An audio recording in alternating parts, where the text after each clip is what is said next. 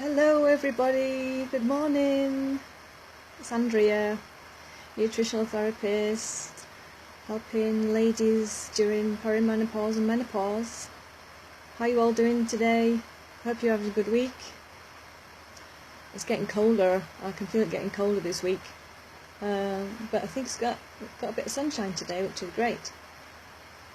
It's 1st of December, or 2nd of December today.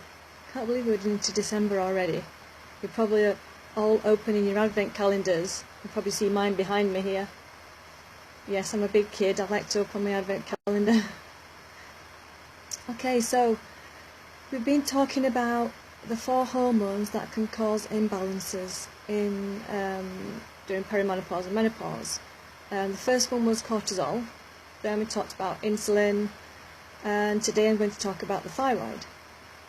You probably can see, as I'm talking about all these different hormones, how they all connect together in causing problems. So the thyroid, where is the thyroid? It's in your neck here, and it's in the it's really beautiful. It's in the shape of a butterfly, and it's 2 inches long. And to nourish the thyroid, we need iodine in things like seafoods, eggs, sea kelp, seaweeds. If you don't like eating lots of fish, you can take sea kelp. That helps for iodine. So iodine is what is the fuel for the thyroid, so that's really important. And also selenium is important for the thyroid too, and you can get selenium in Brazil nuts. I love to eat Brazil nuts every day to get my selenium. So what happens with the thyroid is it can make TSH, which is called thyroid stimulating hormone, and then that will make the T4 and the T3. It also makes reverse T3. So the T4 gets converted into T3, and then if you're making too much T3, the TSH hormone can regulate that and put the brakes on the T3, and that's how you get the reverse T3, to reverse it, to stop it. And you can store these T4s and T3s in the thyroid. The thyroid stimulating hormone will check your body, day in, day out, and regulate all the T4s and T3s in the thyroid through the TSH, the thyroid stimulating hormone. So this is going on all the time. And the thyroid is so important. It affects everything in our bodies: our digestion, our metabolism. So if you've got weight loss problems, you're feeling cold, you've got joint and muscle pain, you're not sleeping properly, weight gain, you're having more periods than normal, heavy flow, like digestion problems I said before, and weight gain and fatigue. You're feeling pale, you're looking pale. These are all problems associated with the thyroid. It's sluggish, it's not working properly.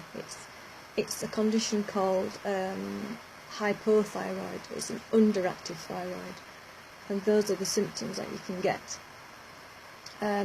If the thyroid can also work overtime, it can be working too efficiently, too much, and creating too much T4 and T3, the thyroid stimulating hormones working overtime.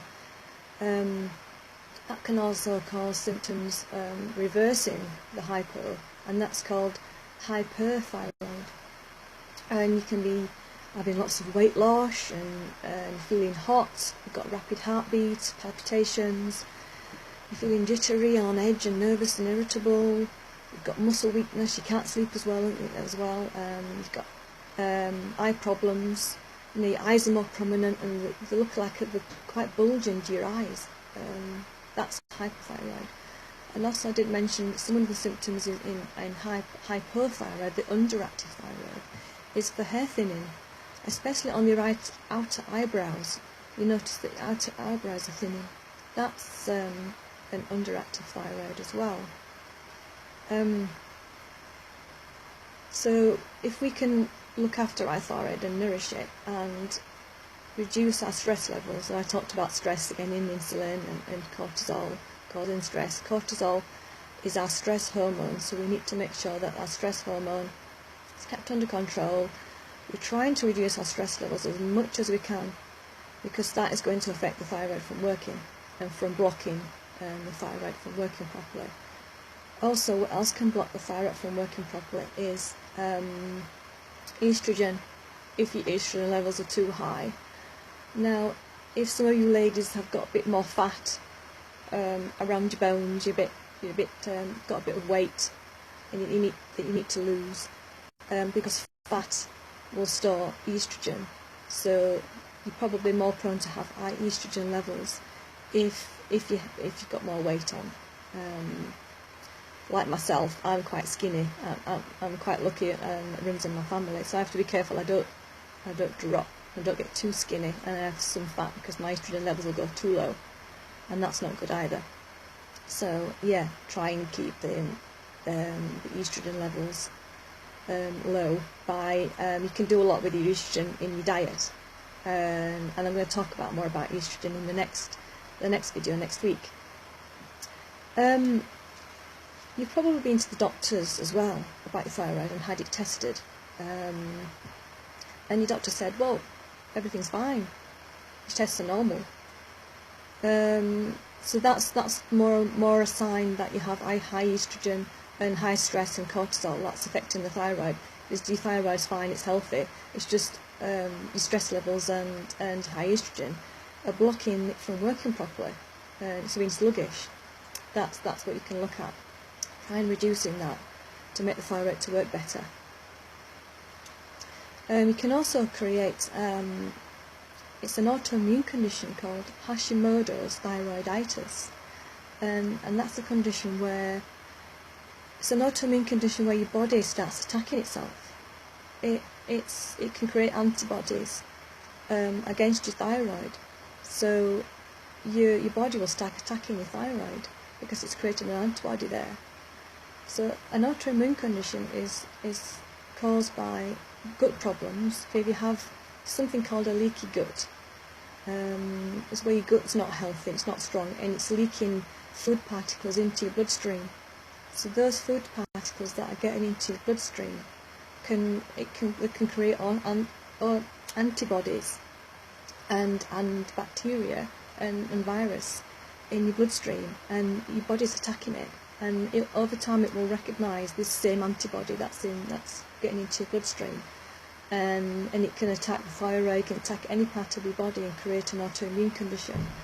So that's what's happening with an autoimmune condition. It can be food sensitives as well, if you've got food sensitivities that you're not aware of. So I would recommend getting tested for getting a food test for any allergies or any sensitivities that you're not aware of that's creating an autoimmune condition. Also, you could cut out a lot of the foods that could create this autoimmune condition. Foods like wheat and gluten and dairy, they're the main allergens causing all these problems. And also some nightshade, the nightshade family, like tomatoes, aubergines, peppers. You might be sensitive to them. They can cause autoimmune conditions as well. So this is the Hashimoto's thyroiditis. So if we get our gut healthy, our gut strong, to get the gut wall healthy again, to stop the autoimmune condition, and also look at food allergies and to check that you're not sensitive to any foods that you're eating as well. So that's the thyroid. If anyone's got any questions, want to ask me, please put them in the comments below, and I'll answer them for you. The next video I'm going to talk about estrogen next week. It's probably going to be on Friday again, the same time, 10 o'clock.